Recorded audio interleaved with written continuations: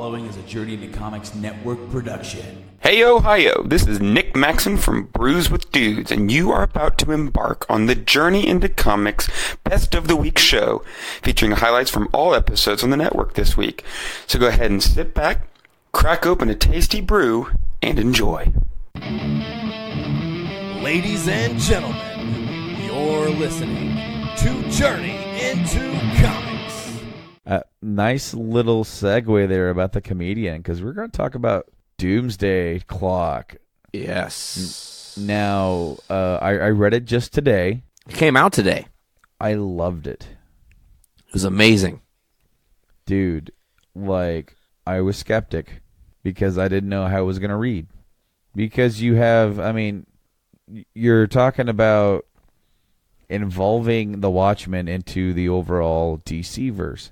The fucking book reads like the Watchmen. Yes, it does. It felt very much a Watchmen book first. And I loved it. Holy crap.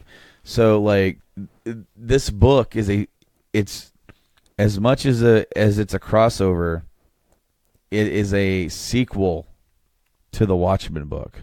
And Rorschach is back, but it's not Rorschach. I'm wondering who it is.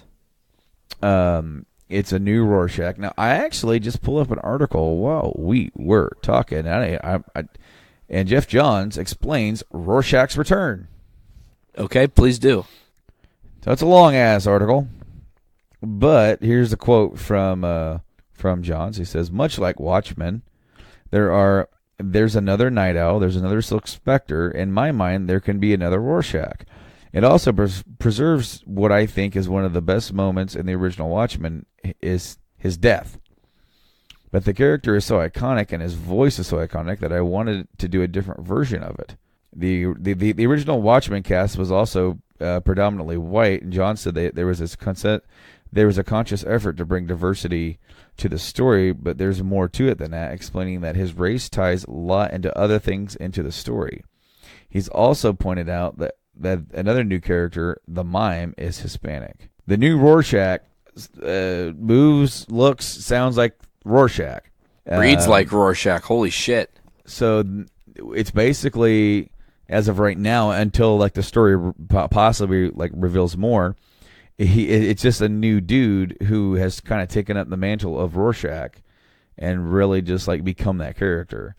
Hard selling that he is the Rorschach. Because I actually like that, because that way, you know, when people look at this and go, they brought back Rorschach, what the fuck, he died. It's not Rorschach, it's Rorschach. We're still getting Rorschach without undoing what the original book did. Because immediately when I was thinking about what they're going to do with that, and I'm like, well, I was thinking that they're going to do some timey-wimey thing, but no. Manhattan bringing him back? Something. Not out of the question, but I actually really like how the book read, and it's narrated by Rorschach for most of it. And, of course, pretty much the whole world is going to hell in a handbasket after the New York incident with Ozymandias. Yeah, 300 million dead? 3 million. 3 million dead. My fault. Yeah, you added a couple zeros to that, my friend. A little excited there. But yeah, a lot of people dead. He's a wanted man, and and of course he's trying to get Rorschach is working for Ozymandias because he's like hanging out in Night Owl's base. OG Watchmen style. Mm-hmm. And what's her name? The Marionette? Yep, Marionette and the Mime. They're new characters. Yeah. And he wants their help to bring the god back. I can only assume they're talking about Dr. Manhattan. Yeah, they bring up that God is Dr. Manhattan. And so then we also flash over and we get to see Clark, sleeping in bed with Lois, taking a nice little cat nap. And he has a dream, and it's a dream from when he was in high school, going to a dance, and his parents took him. And it's the night that they die by hitting a tree, And except he was there and he could hear it and he could feel it. He could hear the heartbeat. He could hear like everything. And it was very, very, very real with him. And that's actually kind of cool because unless there's something like extraordinary going on here, it's like, how would Superman dream? Like, like sometimes when you dream, it's almost too real. Like, it is pretty crazy that sometimes when I fall asleep, like into a nap type phase, like if I'm sitting in a chair or laying on a couch, I'll have this sudden sensation that I'm falling, and that'll wake me up. Yeah, absolutely. Shakes you to your core. But it just really kind of shakes you back awake. And so I wonder, since Superman can't really fall, it's like, like what are his dreams like? Like, can you imagine having a dream where you have such sensitive hearing that, like, your brain makes that up? Like, that's so weird. It's bizarre because Clark, it's like you said, you can't really have the fear of falling if you can't fall. So what's the next greatest fear? And I think that's seeing the realest thing you've seen, the thing that shook you to your core. It's almost like the well for Bruce, or seeing his parents die. This is the exact same thing for Clark this time, because he is seeing his parents die. He's feeling overwhelmed by it, and I just kind of want to take out and throw out a little guesstimation of what I think is coming. I think that this is a vision sent to him by Dr. Manhattan. I feel like they're going to have a psychic link first before they actually physically connect. The strongest mind contacting the strongest human. Well, not human, Kryptonian, but that that definitely could be. Well, so what do you think, Nate? I really enjoyed this first book. I thought it was fantastic. Book 1 is a solid 4.5 book for me out of 5. Easy. It really did a great job of setting up the story. They have a lot of little working parts that are well done. It definitely reads exactly like a Watchmen. The art is phenomenal. I love that they are playing on legitimate repercussions from the actual incident that happens in the first book and the fallout from New York. They just overall, like I said, they just did a really good job of playing it off. And check it out. Here we are, the first book of Doomsday Clock. No Dr. Manhattan. He's been featured a little bit here and there in other DC stuff leading into this. And here we are at the actual event, and right in the first issue, no Dr. Manhattan at all. Now, I don't know if you really paid attention to this, Brando, or not, and I want to know what you thought about the issue as far as a rating in a second here. But at the very end of this, they actually show you the covers for every issue moving forward. Did you look at them all? I looked at what was in there, yeah. Yeah, so it's like the first one is the Doomsday Clock with Dr. Manhattan behind Superman. The second one looks like it's, what's-his-face, Lex Luthor. The next one is Batman. And then the next one is Rorschach, and there's an explosion. And the next one's the Joker. So the Joker's going to have some role in this. That's crazy to think about. And that's the only ones they showed, right, so far. So they showed maybe the first 6 books covers. 1, 2, 3, 4, 5. No, it's the first 5. 1, 2, 3, 4, 5. So the first 5 covers. And this is a 12-issue arc. Yeah. So we'll be finishing up this time next year. I can't wait, dude. It's awesome. We will be definitely reviewing these once a month as they come out, folks. No worries there. We are Journey into Comics. We're trying to be better about covering comic book news, we promise. And it's cool because today, Brando, we actually got to read a book the day it came out. This is going to be coming out a couple days after that moment. But within a couple days, we've actually been able to review a brand new book that's a hot topic, and I feel really happy about that. What did you think? I want to know. Oh, dude, I loved it. I thought it was really good. I probably rated a good 4.45, just like you. Boom, right out of there, right out of the gate. It reads like a Watchmen book with a good mix, because it isn't straight up Watchmen. Because Watchmen is actually kind of a hard read, as far as all of the dialogue and heavy dialogue, heavy content.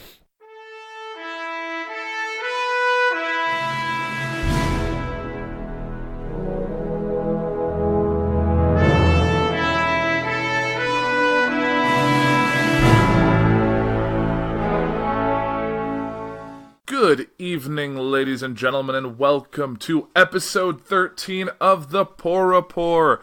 I am your host, Andrew Puhr, and I want to thank you for joining me. It's been a crazy few weeks because I've been traveling so much for work, but it's kind of good to be back in the home studio, back in the apartment to bring you a new episode after this nice Thanksgiving holiday we've had. And today's a little bit special too. One, it's 13, which is always a fun number to have. And I'm joined by a special guest, the one, the only Nate Phillips. How are you doing today, Nate? Dude, I'm very well. How are you, Mr. Puhr? I am doing great. It's been a nice long weekend. I've had 4 days off in a row, so that this past weekend has been kind of a way to kind of recharge myself before I have to go back out to Colorado. Okay, here's the thing. I sent this to you earlier. There's a dude who wants to blow himself up. You read this? Yeah. I mean, once I read the trailer launch pad, I was like, oh, this isn't going to go well at all. No, and I'll pull it up because I think it's worth talking about here. So, this guy, Mad Mike Hughes, I think, yeah. Mad Mike Hughes cancels rocket launch to prove Earth is flat. Yeah, he canceled the rocket launch because hopefully somebody said, motherfucker, if you shoot yourself 500 miles an hour out of a rocket, you are going to die. There is no other solution to that. There's no happy ending. If you're traveling at 500 miles an hour out of a rocket as a human, what are you going to hit that's going to keep you from death? Right. I don't get it. Especially because he built that whole thing himself. Like, that thing's not built to it's probably going to shatter, or not like shatter, or just explode him to death. Yeah, So this guy believes the Earth is flat and was ready to launch himself from a rocket in California on Saturday afternoon to prove it. He canceled his plans for now. Not having the required federal permits plus mechanical problems with his motorhome rocket launcher, a word I never thought I'd have to say in my life. Yep. Forced self-taught rocket scientist Mad Mike Hughes put his experiment on hold. The U.S. Bureau of Land Management, the BLM, told me they would not allow me to do the event, at least not at that location, Hughes said in a YouTube announcement amid international attention over his plans to launch into the atmosphere, as he calls it. Because there's not a sphere. It's an atmosphere. Oh, Jesus Christ. It's been very disappointing, he said. Hughes is a 61-year-old limo driver who has spent the last few years building a steam-powered rocket out of salvaged parts in his garage. His project has cost him $20,000, which includes Rust-Oleum paint to fancy it up, and a motorhome he bought on Craigslist that he converted into a ramp. Hughes was set to launch his rocket between 2 and 3 p.m. on Saturday. He said, "I do not believe in science." That's a quote from him. That's an actual quote from him. So it's the guy building a rocket. Correct. Plans had been in the works for more than a year, and Hughes said he was initially told by BLM that it was up to the Federal Aviation Administration to approve the launch. The FAA, Hughes said, told him, "We can't honestly approve it. We just know that you're going to do it there." So they can't even approve him doing that, even if he does it there. Like, there's no permit he can get to fucking blow himself up, I guess. Right. News of his plans began to spread Monday and gained worldwide attention, which Hughes believes is why BLM began to push for permits. My feeling is one of the top executives of the Bureau of Land Management called Needles, California, saying, "What's going on? Who permitted this?" Plus, as he and his team were preparing to leave Wednesday, the motorhome rocket launcher broke down in his driveway. Should have used science. "We want everyone to please stay tuned," Hughes said, adding he has set up a YouTube page where he will post updates. His plan is to try again next week. He's just going to try next week. This guy's going to die. It's going to be great. Flat earthers are going to learn their lesson. Hey, the earth is not flat. Quit trying to blow yourselves up. Don't be stupid. Right. Well, science is real. I mean, sometimes I'm going to forget what it's actually called. I'm not blanking on it. Like weeding out the herd. You're thinning out the herd. Thinning out the herd. But what's the natural selection? Natural selection was what I was thinking of. That's kind of what's happening right now. It's what it seems like. I feel if he pulls this off before 2018, he will undoubtedly win the Darwin Award. Oh, definitely. I mean, there's no way around it. Like, you have to understand science and its very no bullshit nature, you know? Scientists literally spend their lives studying to learn to make this planet better, because if we don't study and learn and advance ourselves, we will die out. Right. Quickly. And do these flat earthers believe that the moon is also flat, or do they believe it's round? You know what? Do we have flat mooners? Well, because, like, you see, like, you look in the sky, you see different, like, because you can see the craters of the moon, you see those in different locations or not at all. Like, you know that thing is spherical.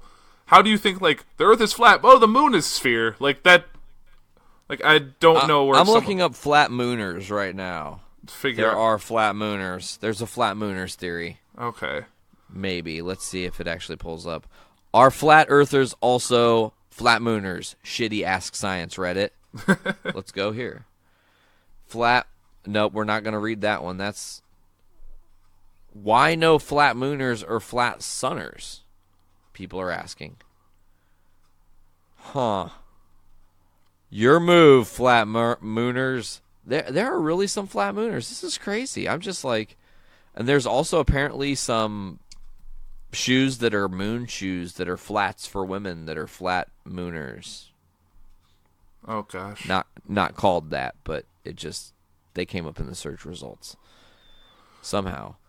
I don't know if you're joking or not, but some flat earthers believe that both the sun and the moon are small discs. Like, people say, like, the Earth is flat and it's the center of the universe, and everything else is just projected away from it. Like, we're a projector on a movie screen, and then everything is just ahead of it. Like, it just baffles me how, when shown facts, they're like, no, like, do you want to go up in this shuttle to this very high altitude where you can see the curvature of the Earth? No, that's okay. I'm fine believing what I believe. Like, they've done this with, like, people who've come out, like, do you want to see it? We'll take you up there. Like, do you want to take a look? Like, no, I'm okay. Just. You know where I think some of this began? Where? Moon landing conspiracy theorists. Right?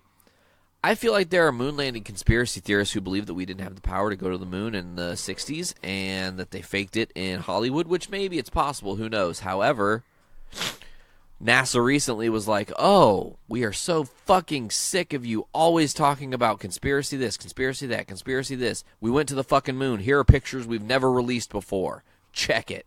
And they showed some really cool pictures. Pictures you probably could not fake in Hollywood at the time. So I feel like, though, that flat earthers are born from the conspiracy theories that we didn't land on the moon, because we're not as an advanced society as everyone believes, which means that everything we've been told then would be a lie. If we didn't really go to the moon, everything is a lie, I'm guessing, according to flat earthers. I don't know. I don't spend enough time with flat earthers. I don't keep them in my company. Right. Because I don't want to go fucking crazy and end up in prison. Could you imagine if, like, you had a flat earther in your family that you had to see at holidays? Yeah, you know what I would do? Not see them at fucking holidays. Like, I have a hard enough time. Conscious effort. Like, you have a hard enough time dealing with people who sometimes have different political and views and all that you do. They have to deal with those awkward family conversations anyway.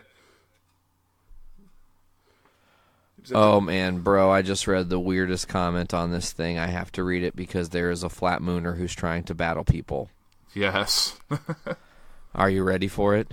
I'm this ready. person says, the moon is also flat. It's a circular-shaped 2D body. Ever notice that you always see the same face of the moon? Ever wonder why? That's because there's no other face due to it being flat. Scientists say that's due to the spin, but they are the ones who are spinning a tall tale indeed. Checkmate, science.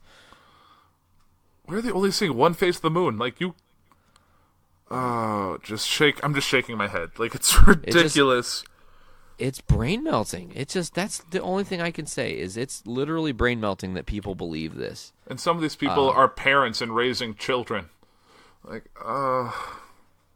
It's a terrifying time we live in, man. It's something that's inescapable, but what we have to hope is, and that's one thing you got to remember, in the quest to better humanity, if you have a small child, or if you have a small child in your life, or if you are a nephew or an uncle or a niece or a cousin or whatever, impart real knowledge.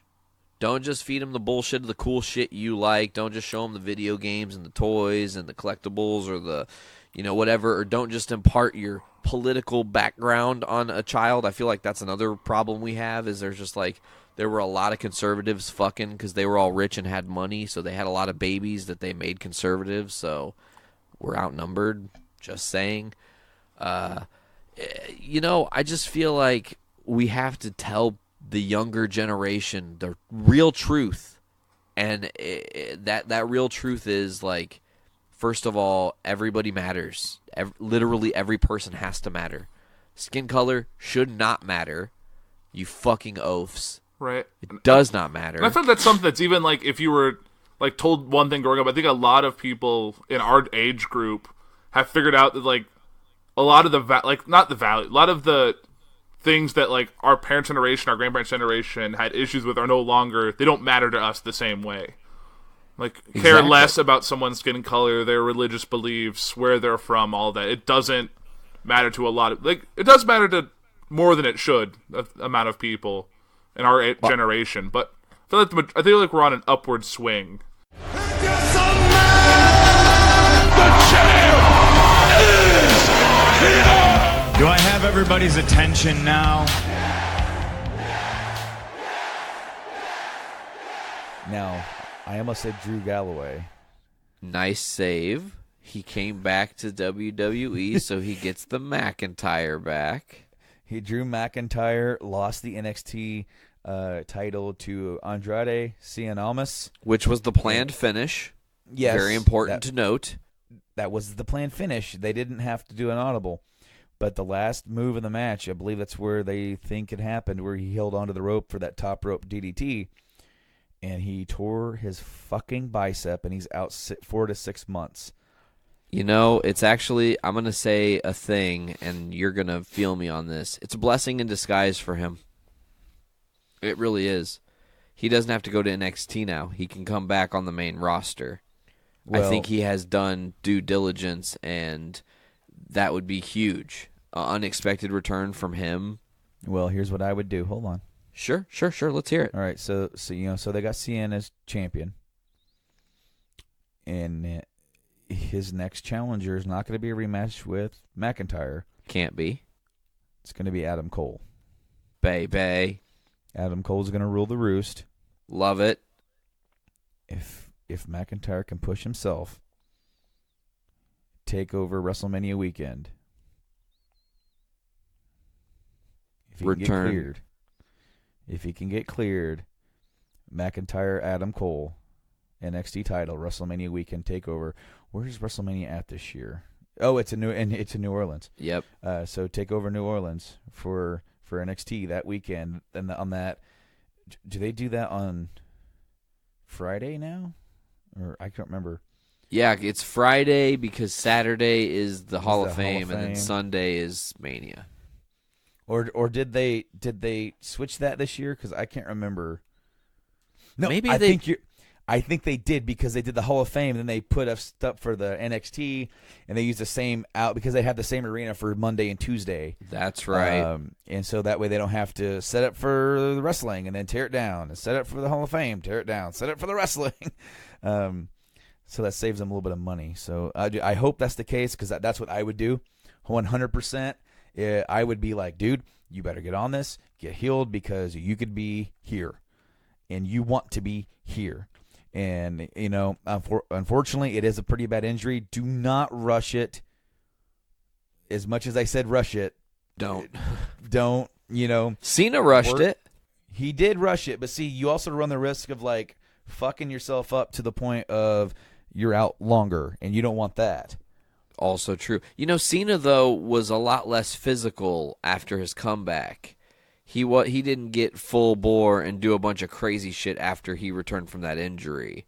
He was right back in the mix, but they didn't have him doing a lot of the crazy stuff. So he was kind of protected in that manner. And he's not super ultra physical anyways. So Drew, however, is a physical wrestler and does a lot of stuff. So it's really unfortunate, but I do think that if you don't book him to come back to NXT to challenge Adam Cole, which would be amazing payoff, considering that it was SummerSlam, wasn't it? The Undisputed debuted. Yeah. Okay. So, it would just be cool to have a big moment at WrestleMania be like the closing chapter of WrestleMania season. Be Drew versus Adam. I do really like that.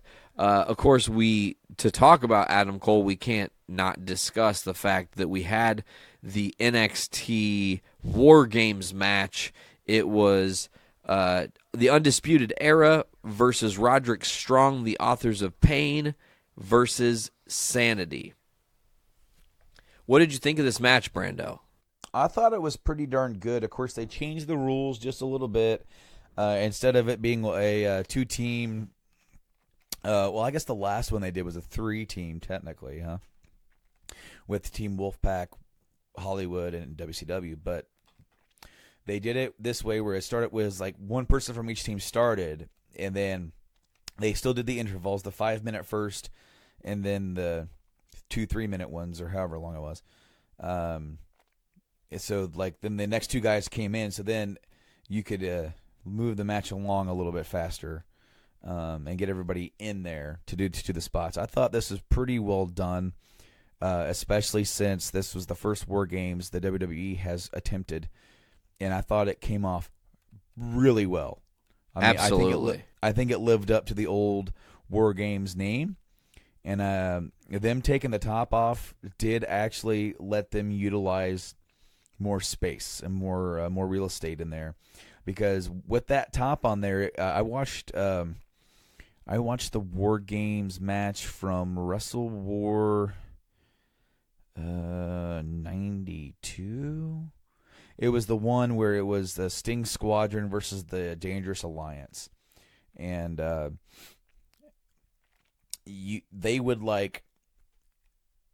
be on the turnbuckle, and they would grab hold of the top of the cage and then do like a kick instead of like a drop kick on you. Yeah. Like they had to be creative. And I remember there was actually a danger one year where Sid Vicious went to powerbomb somebody.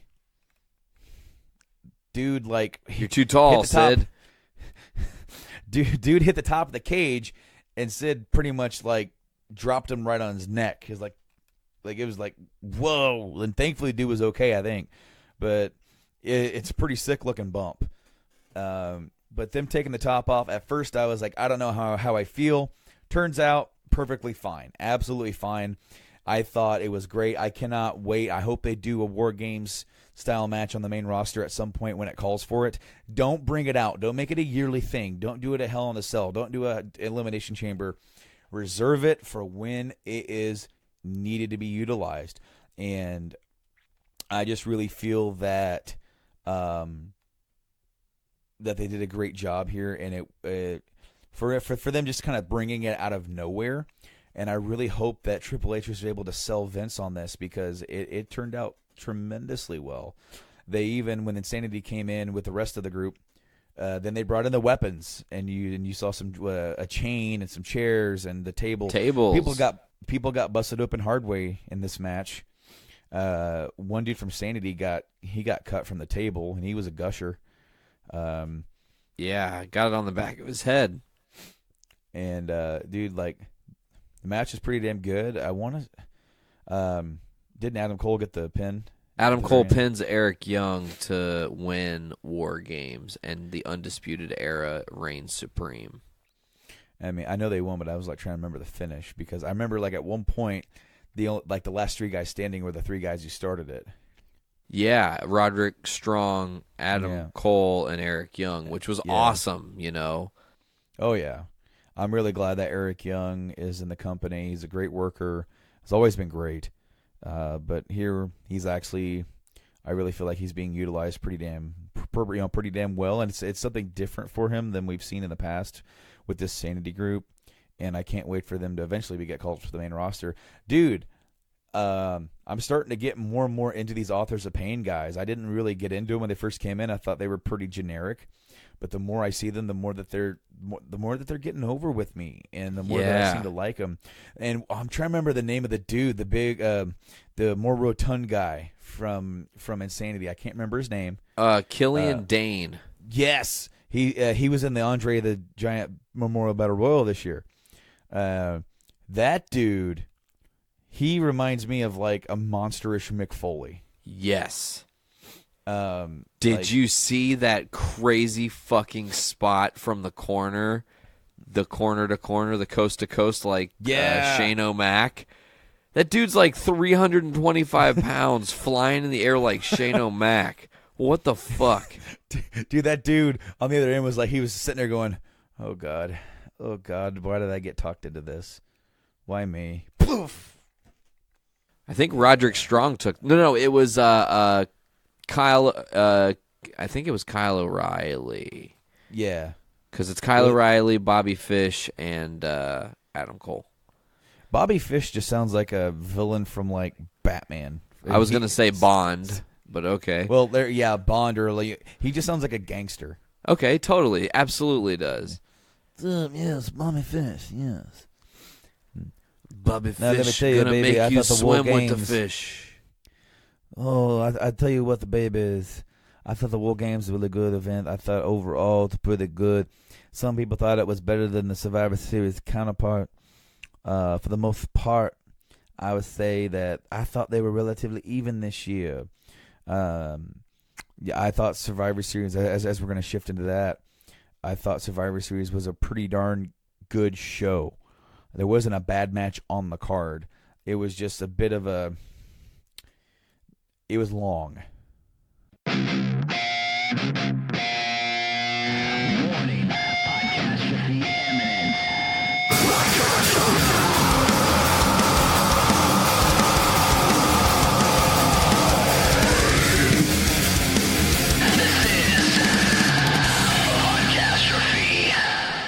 Let's see here. I think it was, I want to say November 18th. Yeah, it was the same night we all hung out. The network had their our little hangout.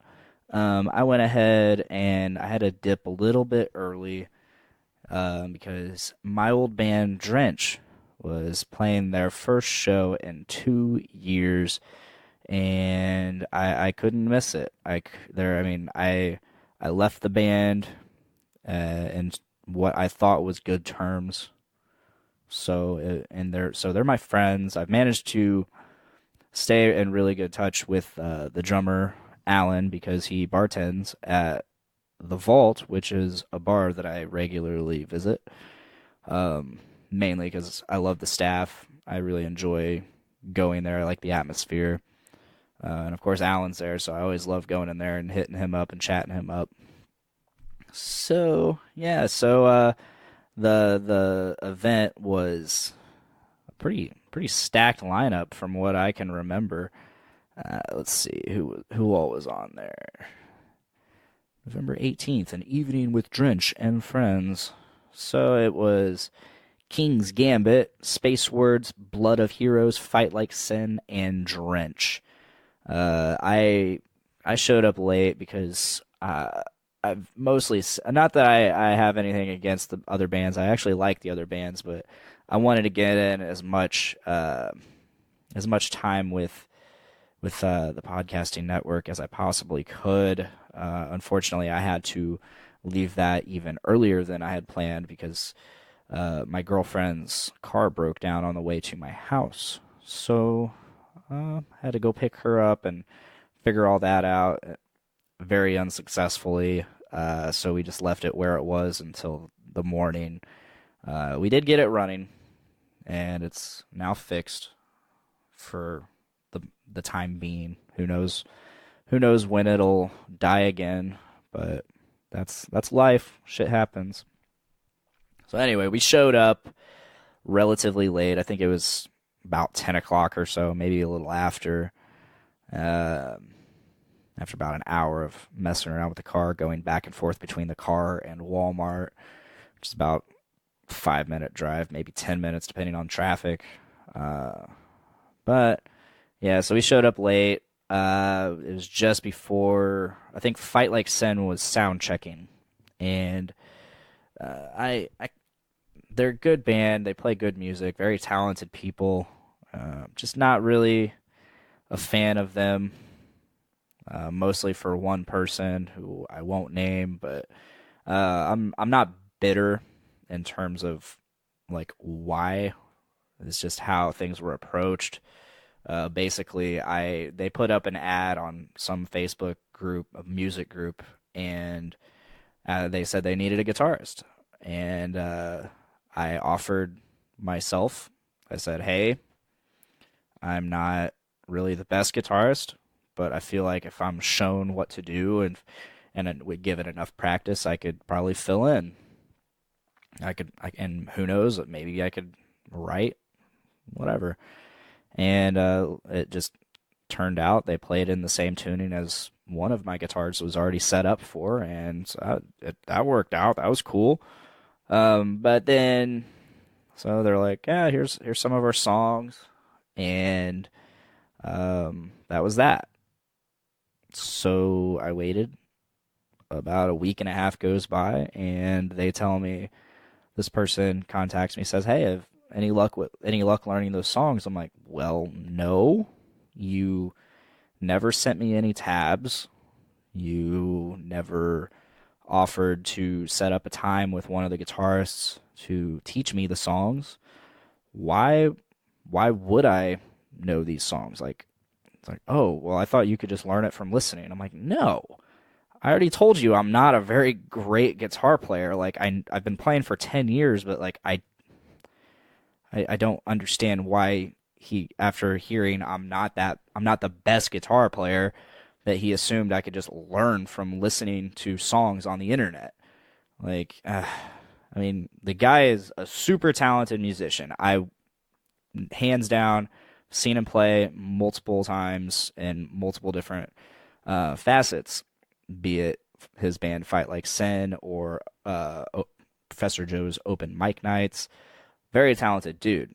And, you know, like, I don't have too big a problem with him. He's always been, when approaching me in public, he's always been really cool with me. But anyway, so time goes by, and I feel, this is crazy because I'm supposed to be talking about the Drench show, but I'm talking about this little beef.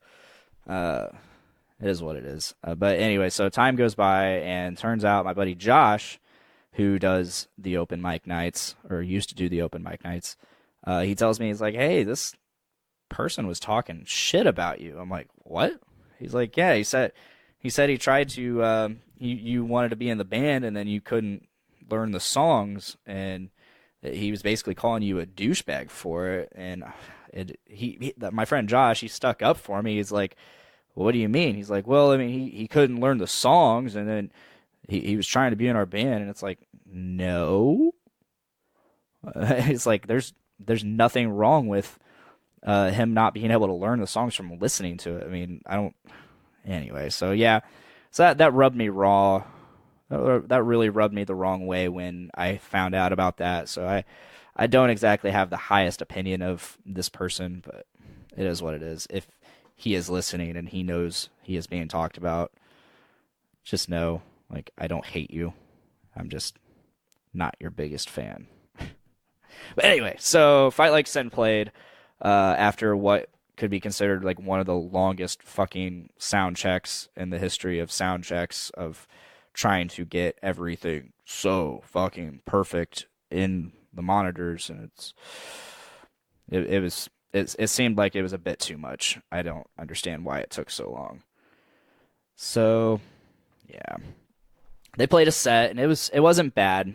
It's not the best stuff I've ever heard. It's pretty good for around here, for that style, which is hard rock, hard alternative rock and roll. I wouldn't quite go as far as saying it's metal, but I mean it was really cool, I guess. Like I said, they're like the Shinedown of Lafayette, I guess. But yeah, so they finished up, got off the stage. I am really jealous because their guitarist has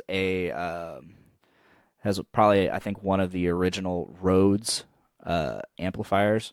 I can't remember what it was. I think, yeah, it was a combo amp. It wasn't a head. It wasn't a head and cab. It was just a combo amp, but it had the Rhodes logo on it. And Kyle Rhodes, he did sound for my first band a couple times at Jerry Lee's Pub.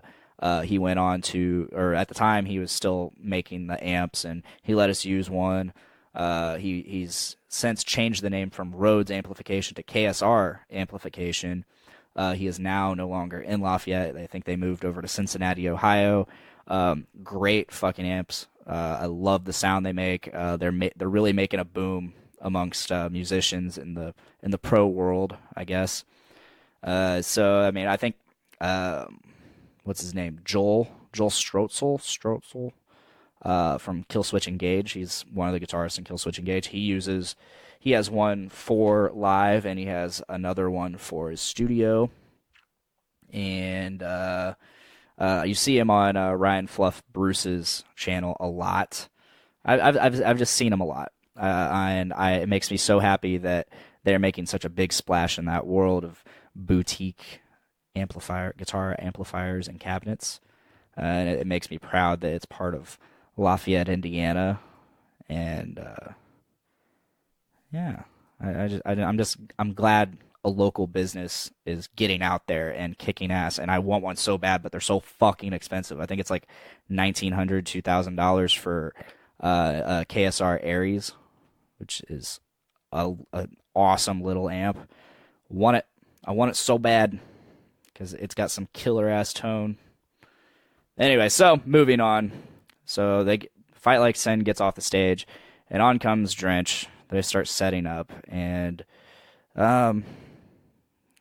So I made sure I was down front, right in front of the stage, and so yeah. They after a brief sound check and setup, they began to play, and they started off with a brand new song. Or no, it wasn't a brand new song because they had already written it before I joined the band, but I never got to learn it. I guess it was also lyrically unfinished, and they wanted me to finish it. I never got around to it. So basically, they played this song, so I got to hear it for the first time, or at least what I could hear of it. The bad thing about the Lafayette Theater and standing directly in front of the stage is there's no speakers to provide you with sound. You're basically getting all the stage sound, and everybody behind you, however, is getting the actual music. And that I wish the Lafayette Theater would do something about that, but it is what it is, I guess. Good luck.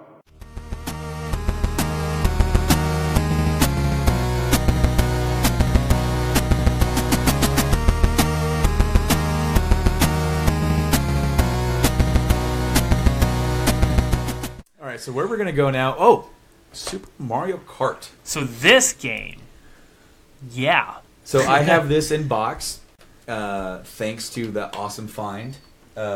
Trash can. Of course, what is awesome is that the copy of the game that I bought before I even got the box was the Player's Choice. And the box I got was Player's Choice. You can't. I couldn't get it in time. I was going to go. Dude, you can't make that up.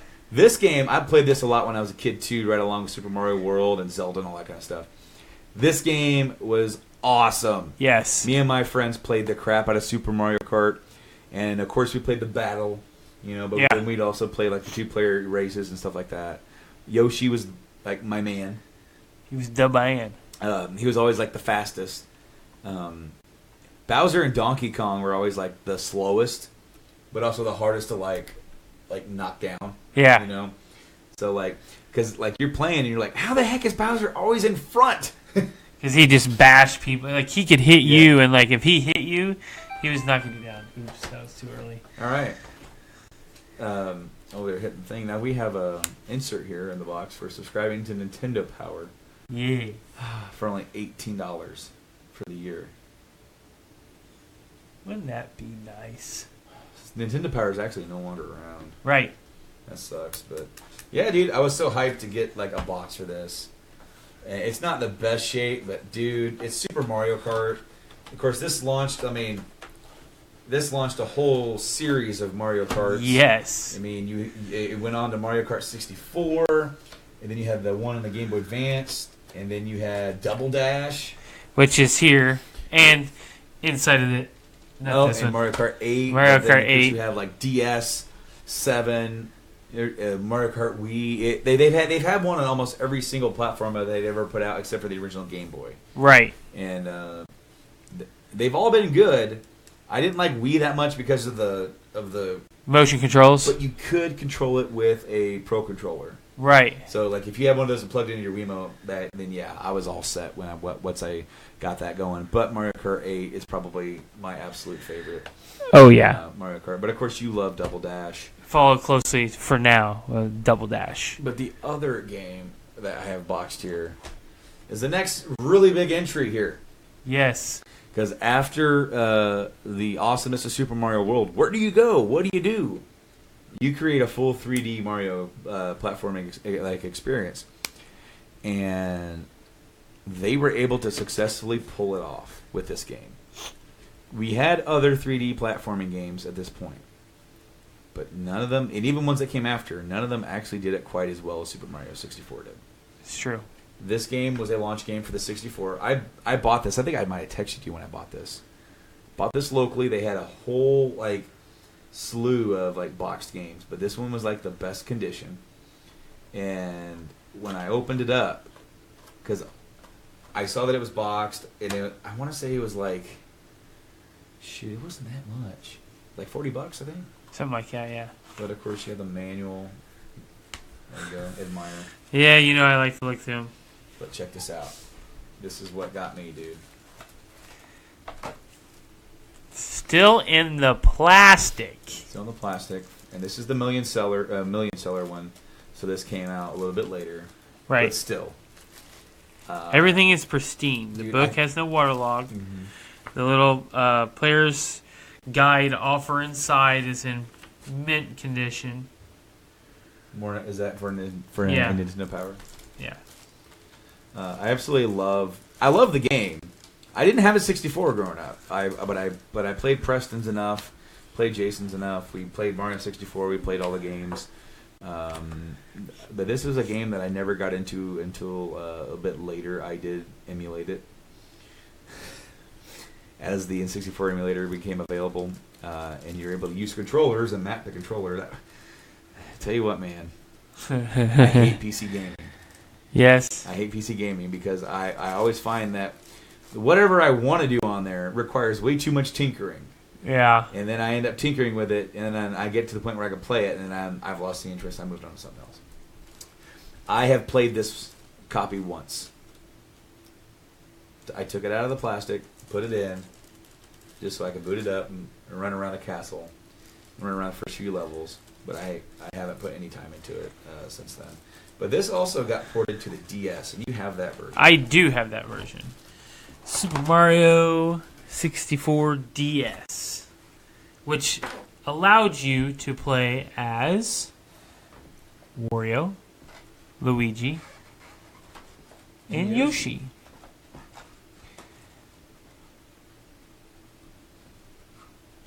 I'm trying to get this in and it added 30 more power stars. As if there weren't enough already. Right. Which puts you to a whopping 150. But not like Odyssey where you're at 900. Right. And you can do... Oh, they had this. So this is pretty neat. So they had a DS single card download play. Where I could play it and download it on yours wirelessly. And you could play with me. That's badass. 2 players. Up to 4 players. That's really neat. So let me say real quick. I haven't played this on DS, but they had to have fixed some of the controls. Not that the controls for the original were that bad, but to be able to put this on a handheld. It's essentially almost the same. Is it? Yeah. I've always wanted to pick it up, but it's always been it's never been a must grab for me. Right. You know? And I picked it up because I'd much rather have it. I don't have a 64. One of Yeah. the few systems that I don't have. Hey, look. How long did I purchase this? What do you think? Year and a half ago. No, almost exactly a year. Well, no, wait. 1/22/16. Yep. So close. So almost 2 years. Yeah, almost 2 years ago. I have played through most of this, not all of it. But before we switch to the Cube, I would like to make a note. Mario Kart 64 changed a lot for me. That was all the neighborhood kids got together, and that's what we played. We would sit down at my friend's house, and we would play hours upon hours of Battle of Mario Kart. Just the battle, not the racing, but the battle. Yeah, that's where I fell in love with Mario Kart. So when they launched the Cube, it was the first main console game not to launch with a Mario game. They instead launched with a Luigi game, Luigi's Mansion. Of course, Luigi's roaming around this house with a bunch of ghosts with a vacuum cleaner, sucking up ghosts, trying to find Mario. And so, really fun game, super fun game. In fact, they have a sequel out for the 3DS. I think. Yes. Luigi's Mansion something. Yeah. But when we finally got a Mario game, we got Super Mario Sunshine. Oh, played the shit out of that game. So, in this one, if you were expecting Mario 64 2, that it is not. Instead, you're going to run and you're going to clean stuff up. Yeah. And I didn't like it. I loved it. I actually did not like this game because it's not what I wanted it to be. In hindsight, it's a pretty fun game. Now that I have gotten away from my prejudice, This is not what I wanted. Well, no, it wasn't what I wanted. So I was dead set against this game. I'm like, it sucks. Slam fist down. So have you noticed, as time has proceeded on in Mario games, we have lost the powers? 64, name a power. 64 had the hat wings. Yep. What else? Well, they're right there. That's what I said. Name a power, because there's only one. Did they not have other ones? Did they have the fire? Was fire on there? I'm gonna find out. I'm searching it right now. Okay. 64. As if I can, spell or type right. Flower power. Yeah, there is. Images. I don't see it. What if I just type powers? How to get the flower power in Mario 64? There's no. I don't see it. Pretty sure it was just the hat. I think so. Super Mario Sunshine. No powers, just attachments for whatever his name was.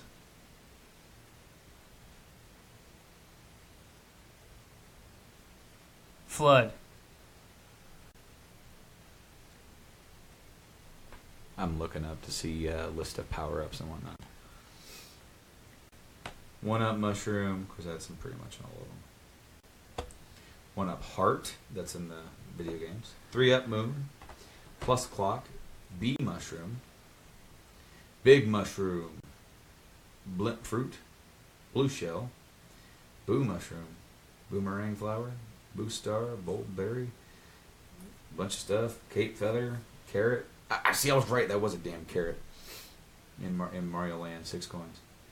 Cloud flower, coin box, copy flower, dash pepper, double cherry. Oh, there's the flower power. There we go. No, because it goes past. There's Super Mario World, Mario Maker, Mario's Missing. No, Mario 64. And then, of course, there's a frog suit, gold block. So, in some games we have lost the powers because we haven't lost the powers of all of them. Because while here we had the Cube games. Yeah, we'll go here next. We can go there. We'll go here next because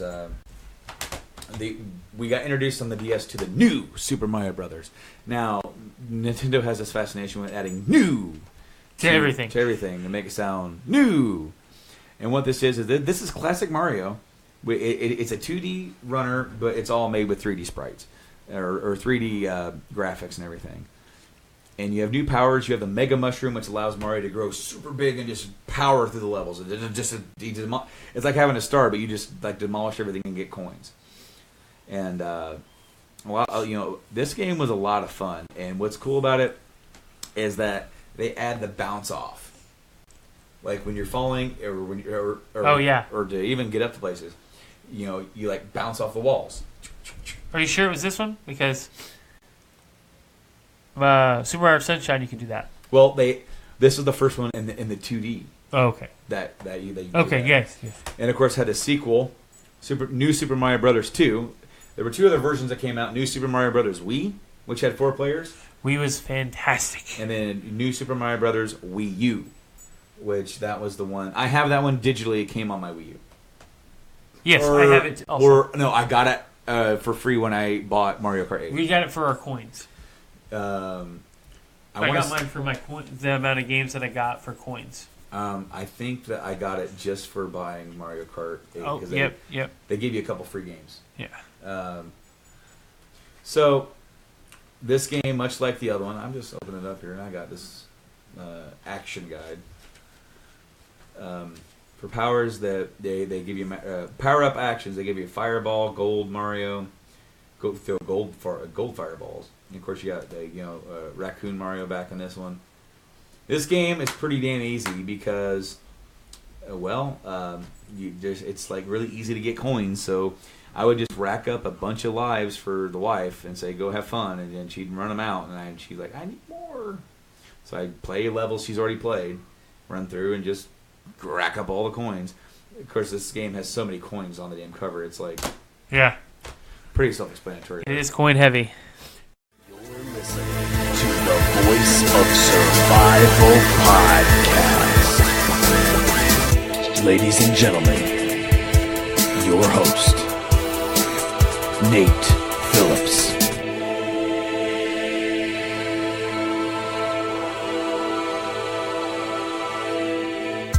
Our first time ever playing in Milwaukee. And who plays right the fuck before us? Off key. And it was amazing to see you guys. And things had changed so much. Ryan had left the drums, and he was now playing guitar. And you had this new guy on drums. Yeah, that was one of the... How did that all happen? Yeah. From March to...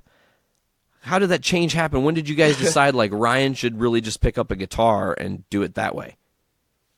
Well, it's interesting. No, we're always trying to, adapt and evolve and kind of explore new aspects of the sound. And we recorded the album. We liked the way that it sounded. But we were looking to grow and kind of add some more depth to our music, some diversity. And so we experimented with maybe adding a second guitarist, but we couldn't really find a second guitarist or anything like that. It was actually Ryan's idea. He's like, "Hey, I've been practicing and stuff. I'd like to move up to maybe try guitar or something if we could, if that's possible. Otherwise, I don't know a ton about drums." He hadn't been playing drums. There was a huge time gap between when he used to play drums and when he joined the band. So he was, doing a fantastic job, but he's like, well, maybe we could find somebody else. So we auditioned a few people, and we ran into Logan, the current drummer, and he fit the bill. He was willing, able, very talented guy, and since then Ryan moved to guitar, and I think it's really, really brought us to a new level. It definitely brings you guys to a new level because when Ryan was on the drums, one thing I could say is you were trying to have all the fun by yourself.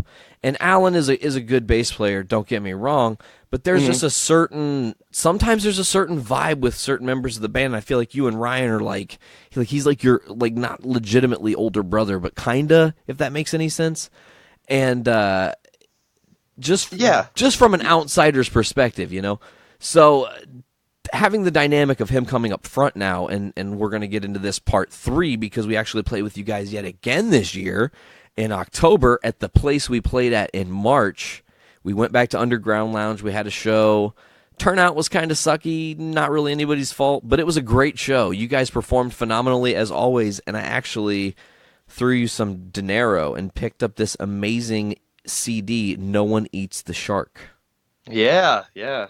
Thank you. Yeah, do you dig it? It's good. It's a good album, man. I'm pretty proud of it. Okay, so I have this weird thing that if you're a band that I play with and I genuinely like you, I might become not starstruck is not the right word, but I listen to albums until I wear them out.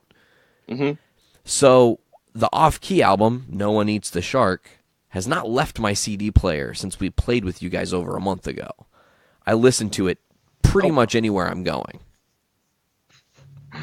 Wow, I'm flattered. That's fantastic. Yeah, no, I like it. It's the songs are nice and fast. They're not crazy long. It's easy to, you don't get sick of them, kind of type of thing. It's very very very catchy. It's fun music too. Would you guys? I enjoy playing it. It's fun to watch, I think. Yeah. Oh, it is fun to watch. You guys have such a blast on stage, and that's what I was going to say. Is your guys' on stage antics? The three of you now. Between Alan, yourself, and Ryan, the dynamic there is so cool because you guys are kind of playing off each other while also writing and playing these songs. And the really cool thing about this is every song on this album is a little different. Like everything is just like you guys don't have like you don't lock into we're only doing a specific style of pop punk sound and just hammer that home. There's like rock kind of guitar on this and some kind of almost country guitar, and then it picks up. I mean, you guys take elements from all kinds of music to shape your style, and I personally really love that. Yeah, no, definitely. I've always been the dynamic of the band is pretty unique. We've got a lot of like Ryan and Alan are older than I am, and Logan and I are closer in age. So we each have our different tastes and preferences in music. And I think that breeds a really unique style, and it creates something more enjoyable to the listener. It's not just cookie cutter, something you've heard 1,000 times before. It's a unique blend, a fusion of different music, and that's what I'm about. Absolutely. Well, let's get into this because really we've just kind of been riffing about your band, and this could be a nice little plug for, hey, everybody, you should really go check out Off-Key. They're like genuinely awesome from Appleton, Wisconsin, if I'm right? Yes, sir. Yes, sir. I still remembered. So let's actually rewind the clocks to where it all starts for you. And I have to know, really, where does music begin for you? Like, what's the first band that kind of gets you into music? Where do you find your love to play guitar? I'm sure this story is going to be one that is beautifully told and kind of long, but I want to know where it all starts for you. Yeah, it's rather interesting. So I've got some older brothers, and my oldest brother, Carrie, being the oldest of my brothers, you always look up to your older family members regardless. So when I was in like elementary school and stuff, he would have been in early high school in the early 2000s, late 90s, basically. So when like, the post-Nirvana kind of like punk mainstream-ish, genre was going on. A lot of like instrumental rock music type stuff was going on. So he kind of introduced me, got me into, alternative music, if you will. And so that was really my lead into it. One of the first bands that I personally like grew attached to, which maybe in hindsight is a little embarrassing to say now, but I was a huge Offspring fan. I don't think there's anything wrong with that. Yeah, personally, I'm not a huge fan of their newer stuff now that they're, they've changed their style a little bit, which is fine because as a musician you grow. But I fell in love with Smash and Ixnay on the Hombre. I just, as soon as I heard those songs, they were catchy, they were simple. A lot of them have a deeper meaning that you could relate to. It was just that's really what got me into music in general and listening to music. And then from there, it was I fell into the pit of ska. That's where I went. Interesting. Huge ska fan. Still am to this day. But it went from the Offspring into like Real Big Fish was my gateway into like the music world. After I dipped my toe in. I pegged you for a mighty Boss Tones guy. I do appreciate some Boss Tones. Don't get me wrong, but I don't know. Real Big Fish always did it for me. The pinnacle for me was Streetlight Manifesto. That was what really inspired me to elevate my level of musicianship. They're the fantastic musicians, all of them in Streetlight Manifesto. So does that start you down the path of playing an instrument, or where does that come in? Because music, I know as a kid, I went and had I became a a bell player in the school band. But was that like your first taste into music, or was it nothing and then all of a sudden you were wanting to play guitar from all these ska and punk bands you're listening to, or? No, not at all, actually. I had kind of had to be talked into it. When middle school rolled around, I joined band because that's what everyone else in my family had done. So I tried that out. I played saxophone and I loved it. I was super into it, liking ska and everything. It was a good fit for me. And then from there, the band director, the guy that taught me saxophone, also was into like folk music, and he played guitar. So he offered to teach me guitar after school for some ridiculously inexpensive amount of money, basically just to like hang out and play guitar, I think was his motive. And so he talked to my parents about it, and I was like, yeah, that sounds cool. I guess I'll give it a try. Why not? And as soon as I started playing with him, I fell in love with it. He was into like folk music, and I learned so much from him. And really the love and appreciation of playing music and, creating new sounds and harmonies and blending everything together is what I learned from him. Mr. Baird, Colin Baird, he was a fantastic guy, really, really helped me a lot. So the question I have from this is going to kind of go back. With that teacher that you were just speaking about, does he know what you've got going on in your life now? Do you guys communicate still? I feel like sometimes people who are on our musical journeys get kind of lost along the way, regardless of if we really mean for that to happen. Yeah, no, definitely. I do not keep in touch with, not like I should. Obviously we're friends on Facebook, but that means nothing in this day and age. So no, I talk to him once in a while. He knows that I'm in a band and stuff. I don't know if he's heard the album, to be honest. Oh, he should. He should. I meant to mail him one as soon as we finished recording. I had this dream that I would mail one to him with a letter, and all that, and I never did. And I always kind of regretted that. But maybe I still will. Hey, there's still time. There is tons of time left. So he talks you into playing guitar. You're learning your appreciation for music. You play saxophone. Maybe not any Careless Whisper or anything like that. Did you play Careless Whisper? No, not that I remember. Okay, no, good. I don't think so. Yeah, no. by Wham, Yep. It's time for Brews with Dudes.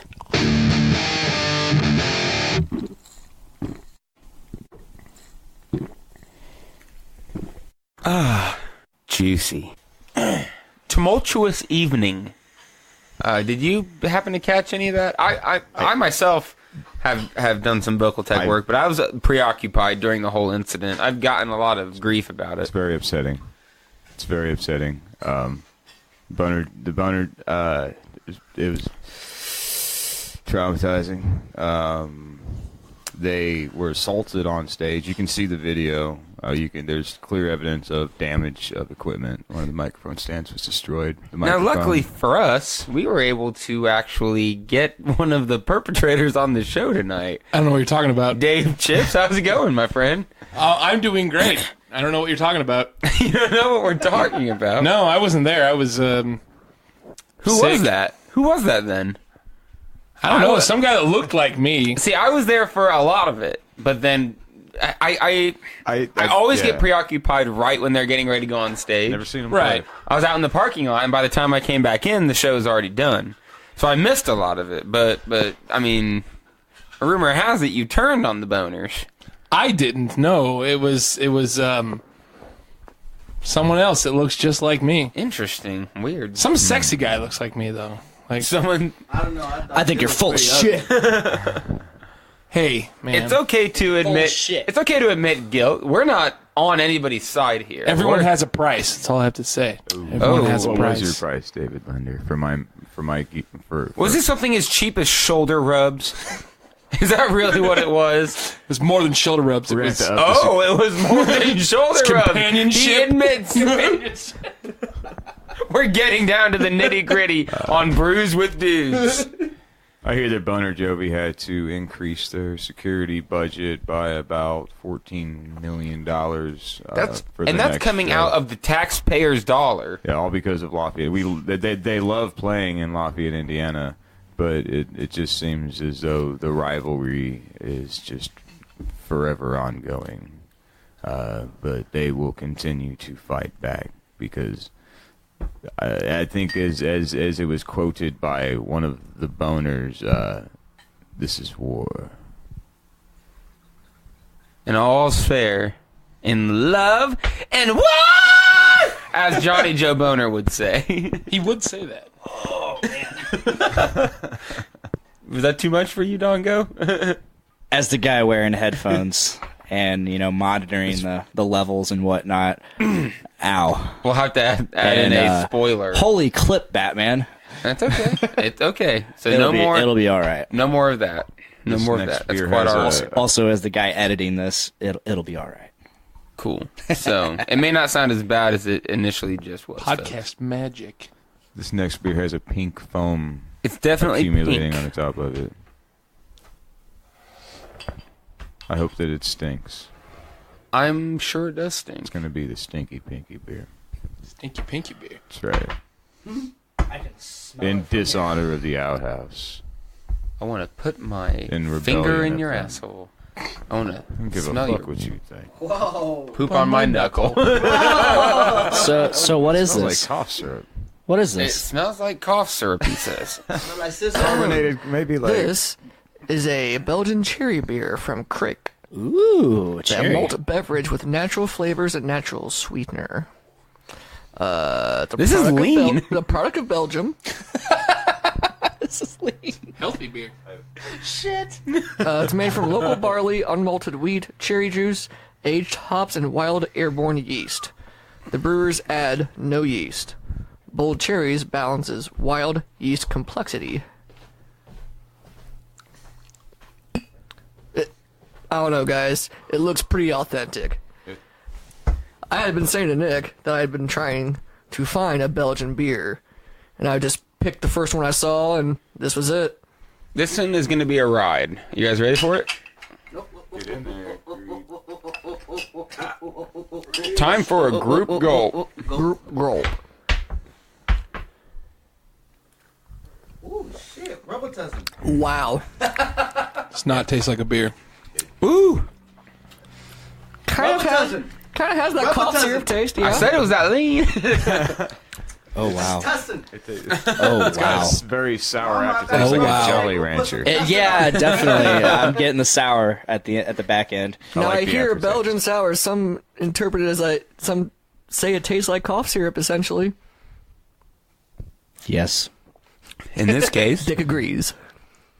In this case especially. It's very tasty. It's just really, That really strong. aftertaste, goddamn. I don't think if I was craving a beer that this would be something that I grabbed. Absolutely if I was not. wanting to like have a wine. Yeah. I would agree with that. something It's more like a that would be wine.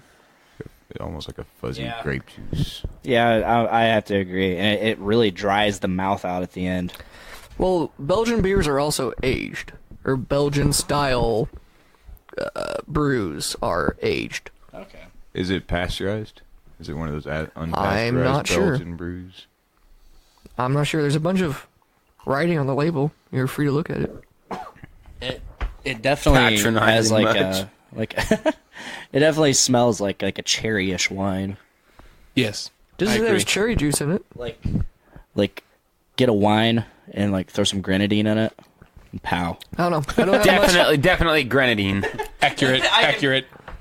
I can imagine just being at the restaurant, like I always order like a cherry Coke or a cherry Pepsi, and they're like, "Well, it's made with grenadine. Do you want? Is that okay? No shit, it's okay." It totally tastes like a really strongly flavored cherry Pepsi. Yeah. I hate it. Do you guys We hate know that? it tastes like Robitussin. We heard you. Do you guys hate that? Like when you're at a restaurant and they're like, "Oh, it's made with grenadine. Is that okay?" It's like, no shit. I know it's cherry. I love grenadine. I love grenadine. It tastes way better than any fountain cherry Coke or cherry Pepsi. Absolutely. Because it's agreed. It's Apparently stronger. I like it. I drank mine really fast. It's stronger. I'm ready. I'm ready to smash it. It's really not that bad. I mean, It's not yeah. bad. Again, the aftertaste, it kind of tastes like cough syrup a little bit. I feel like I'm gonna start tripping out soon. Can we? I need some water. Hopefully. I feel like we're gonna. Everyone's just. God damn. Excuse the hell out of me, Dongo. Giving me that derisive look. It's It's like eating a Jolly Rancher and a Sour Patch Kid at the same time. Yes, definitely.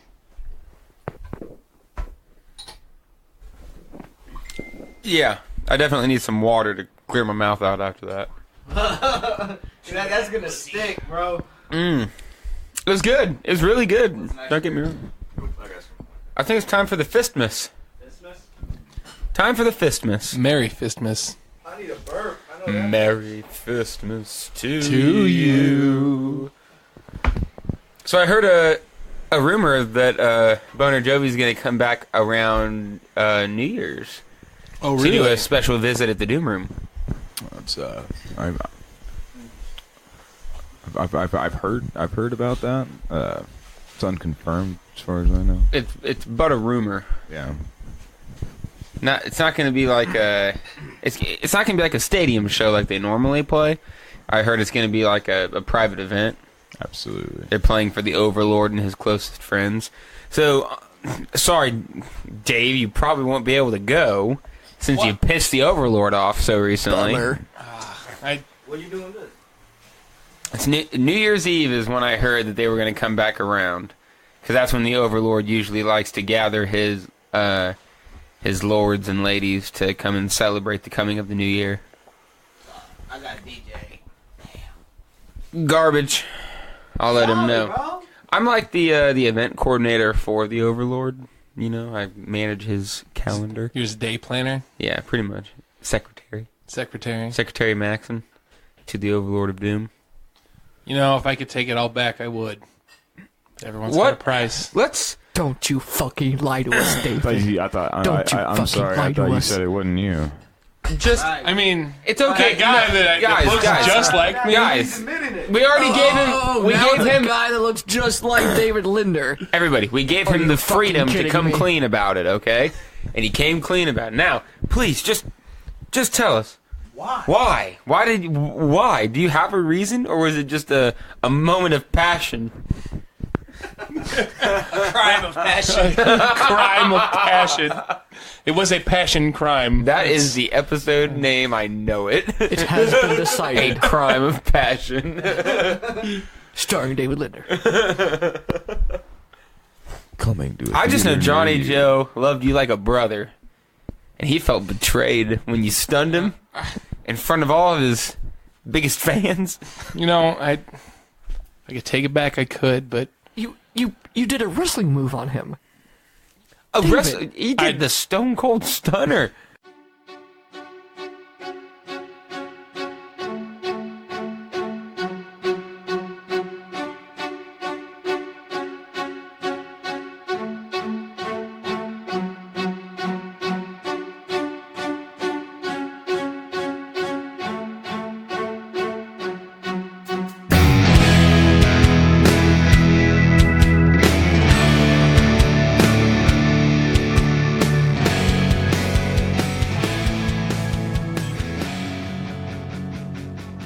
Hello everybody, welcome to the first episode of Literature. I am your host Joanna. Some of you may know me from the Butt Stuff podcast.